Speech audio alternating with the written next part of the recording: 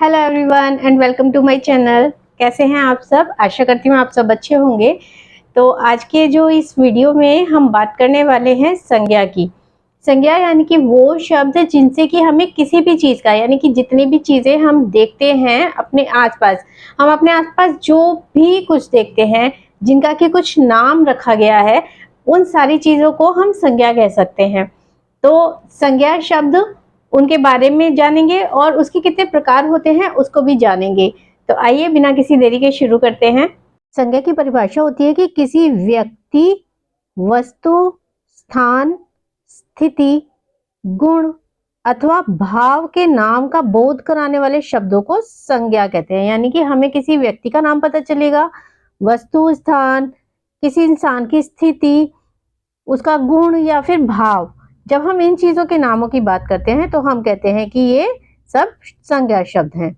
अर्थ के आधार पर संज्ञा के तीन भेद होते हैं: व्यक्तिवाचक संज्ञा, जातिवाचक संज्ञा और भाववाचक संज्ञा।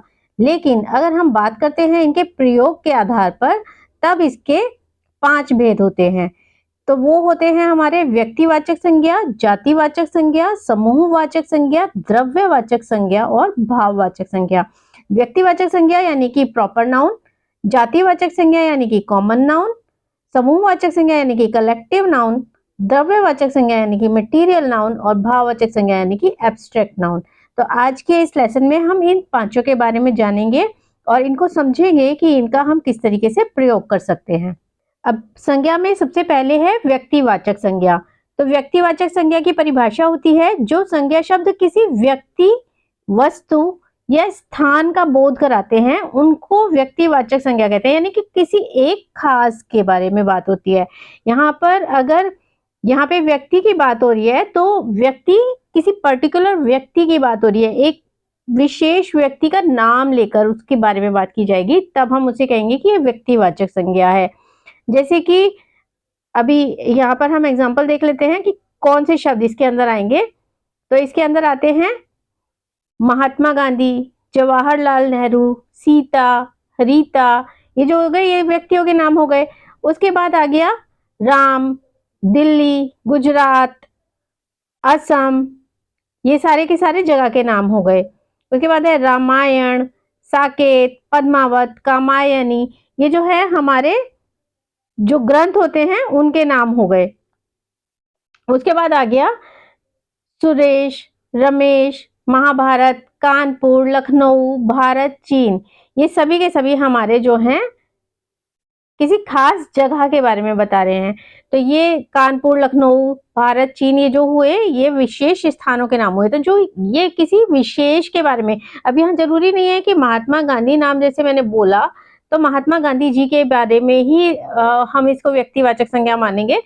जवाहरलाल नेहरू हमने बोला तो ये नहीं है जरूरी कि भाई सिर्फ वही व्यक्ति जैसे सारी दुनिया जानती है। जैसे कि हमारी जान पहचान में अगर किसी इंसान का नाम कुछ है तो हम उसको भी इसी संज्ञा के अंदर डालेंगे। उदाहरण देख लेते हैं। जैसे कि यहाँ पर नाम लिखा है विकास, तो ये जो विकास शब्द लिखा ये हुआ हमारा एक व्यक्तिवाचक संज्ञा, क्योंकि एक विशेष व्यक्ति के बारे में बात हो रही है। उसके बाद यहाँ पर देखिए प्रेमचंद्र। तो जो ये शब्द प्रेमचंद्र है ये किसी का नाम बता रहा है हमको, तो यानी कि ये भी एक हमारी व्यक्तिवाचक संज्ञा हो गई। उसके बाद है रोनाल्डो। तो ये जो रोनाल्डो है ये फुटबॉल के महान खिलाड़ी है, तो ये भी हमारी व्यक्तिवाचक संज्ञा हो गया। उसके बाद है महेंद्र सिंह धोनी। अब महेंद्र सिंह धोनी सबके अपने अपनी पसंद हो सकती है कि कौन से सबसे अच्छे बल्लेबाज किसको मानते हैं। तो हम यहाँ पर एग्जाम्पल में महेंद्र सिंह धोनी इतिहास के सबसे अच्छे बल्लेबाज हैं, तो ये एक एग्जाम्पल हो गया। यानी कि महेंद्र सिंह धोनी जो है ये हमारा व्यक्तिवाचक संज्ञा हो गया। अभी जब हमने उदाहरण देखे तो इसमें मैंने सभी जगह पर व्यक्तियों के नाम को अंडरलाइन किया, लेकिन ऐसा जरूरी नहीं है कि हमेशा व्यक्ति का नाम ही आएगा। बहुत सारी जगह पर हमें इसके अंदर देखने को मिलेगा कि स्थान का नाम भी हो सकता है, किसी वस्तु का नाम भी हो सकता है। जैसे कि अगर मैं कहती हूँ कि भारत एक महान देश है, तो भारत एक महान देश है, ये बात इस सेंटेंस के अंदर जो भारत शब्द आया वो एक पर्टिकुलर देश का, स्थान का नाम है, तो इसको भी हम व्यक्तिवाचक संज्ञा डालेंगे। ताजमहल आगरा में है, तो ताजमहल और आगरा ये दोनों ही स्थान के नाम हैं, तो इसलिए ये दोनों भी व्यक्तिवाचक संज्ञा के अंतर्गत ही आएंगे। उसके अलावा अगर हम किसी वस्तु का नाम लेते हैं, जैसे कि अगर मैं किसी पेन का नाम ले देती हूँ पेन की कंपनी के साथ, या फिर मैं किसी पुस्तक का नाम ले देती हूँ किसी, जैसे कि रामायण है, या फिर अगर मैं कहूँ बाइबल दुनिया में सबसे ज्यादा बिकने वाला धार्मिक ग्रंथ है, तो जो ये बाइबल शब्द आया वो भी व्यक्तिवाचक संज्ञा ही होगा। तो इस तरीके से व्यक्तिवाचक संज्ञा में सिर्फ व्यक्ति नहीं होंगे, अपितु उसके अंदर स्थान भी हो सकते हैं और वस्तुएं भी हो सकती हैं। नेक्स्ट है हमारा जातिवाचक संज्ञा। जातिवाचक संज्ञा यानी कि परिभाषा देखें इसकी, जो संज्ञा शब्द किसी प्राणी, पदार्थ या समुदाय की पूरी जाति का बोध कराते हैं, उन्हें जातिवाचक संज्ञा कहते हैं। यानी कि पूरे एक जैसे दिखने वाले, चाहे वो दुनिया में कहीं भी हैं, तो उनको हम उस नाम से बुला सकते हैं, तब हम उन्हें कहेंगे कि ये जातिवाचक संज्ञा है। जिन शब्दों से हम उन्हें बुलाएंगे उसे हम जातिवाचक संज्ञा कह सकते हैं। जैसे कि अगर हम महिला कहते हैं, तो महिला दुनिया में कहीं की भी हो तो उसको हम महिला कह सकते हैं। ऐसा नहीं है कि हम सिर्फ अपनी जान पहचान में किसी का नाम महिला रख देंगे, ऐसे नहीं होता है। वो एक जैसे दिखने वाले जितने भी लोग होते हैं उन सबको हम इसी एक पर्टिकुलर नाम से अगर बुलाते हैं तो हम उसको जातिवाचक संज्ञा में कहेंगे। इसकी एग्जांपल देख लेते हैं कि क्या क्या इसके अंदर आता है। इसके अंदर है नर, नारी, ग्रंथ, पर्वत, कुत्ता, हाथी, फल, नदी, गाय, बैल, यानी कि ये सारी चीजें जो कि एक जैसे दिखते हैं। जैसे डॉक्टर, अब डॉक्टर सभी एक जैसे दिखते नहीं है, लेकिन डॉक्टर का एक ड्रेस कोड होता है, या फिर हम उनके पास कुछ इलाज कराने के लिए जाते हैं तो हम दुनिया भर में कहीं भी कोई भी डॉक्टर होगा तो हम उसको डॉक्टर कह सकते हैं। कोई भी मिठाई यानी खाने की कोई मीठी चीज होगी तो हम उसको मीठा मिठाई बोल सकते हैं। टीचर्स यानी कि अध्यापक, तो दुनिया में कहीं भी कोई भी आपको पढ़ाता है तो आप उसको अध्यापक कह सकते हैं। तो इस तरीके से यानी कि जो चीजें बिल्कुल एक जाति की तरह से होती हैं उनको हम इसमें जातिवाचक संज्ञा के अंदर डाल देंगे। इसके उदाहरण देख लेते हैं। बच्चे खिलौनों से खेल रहे हैं, तो यहाँ पर जो शब्द आया बच्चे और खिलौनों, ये दोनों के दोनों हमारे जातिवाचक संज्ञा हो गए, क्योंकि दुनिया भर के कहीं के भी बच्चे होंगे हम उनको बच्चा नाम बोल सकते हैं। खिलौने कहीं भी हो, किसी के भी हो, हम उसको खिलौना बोल सकते हैं। उसी तरह से पेड़ों पर पक्षी बैठे हैं, तो पेड़ों को हम पेड़ कह सकते हैं, पक्षी को पक्षी, कोई भी पक्षी हो सकता है, इसके अंदर कोई पर्टिकुलर का नाम नहीं है।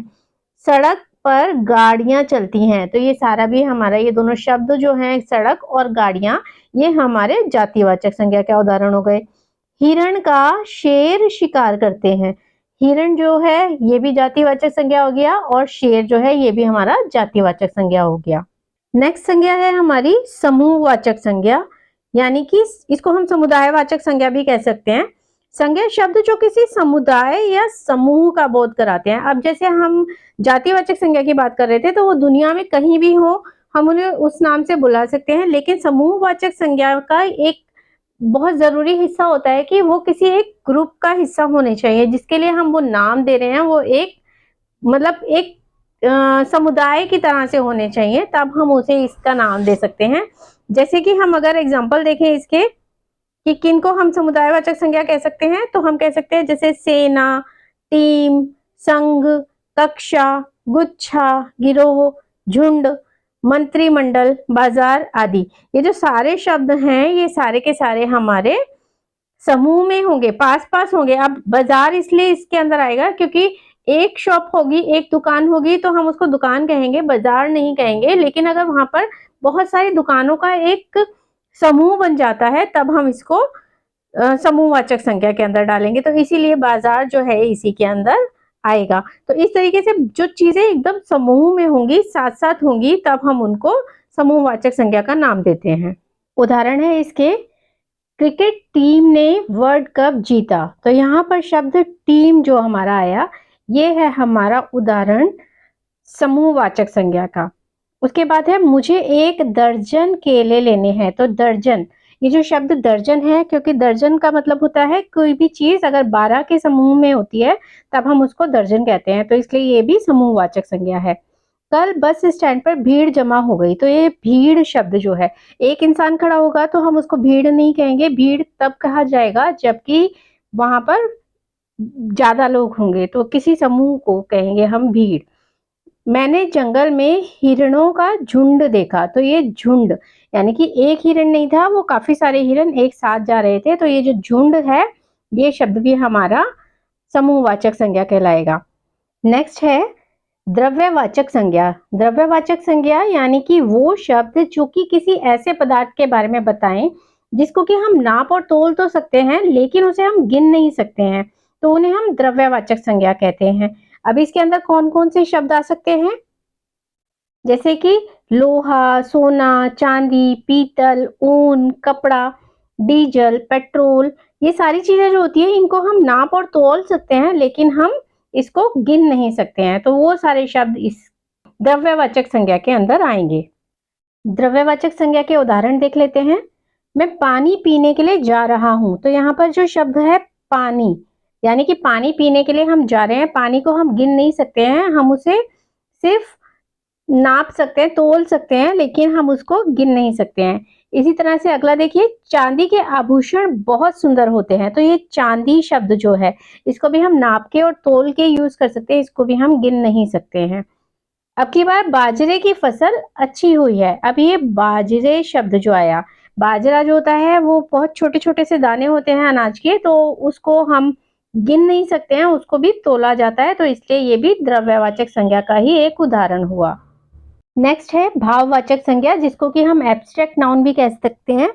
तो इंग्लिश में एब्स्ट्रैक्ट नाउन कहते हैं जिन संज्ञा शब्दों से किसी व्यक्ति या वस्तु के गुण, दशा, स्वभाव, अवस्था आदि का बोध हो, वो भाववाचक संज्ञा कहलाती है। यानी कि हम इसमें वो सारी चीजें इंक्लूड करेंगे जिनको कि हम देख और छू नहीं सकते, महसूस कर सकते हैं, क्योंकि भाव जो होते हैं वो मन के भाव, हम उनको सिर्फ महसूस कर सकते हैं। जैसे कि किसी का स्वभाव है, तो गुस्सैल शब्द जो हुआ, तो ये भाव हुआ, हम इसको महसूस कर सकते हैं। किसी की अवस्था हुई जैसे कि बुढ़ापा या फिर बचपन, तो हम इन चीजों को महसूस कर सकते हैं लेकिन हम इनको देख और छू नहीं सकते हैं। तो भाववाचक संज्ञा के अंदर यही सब आएंगे।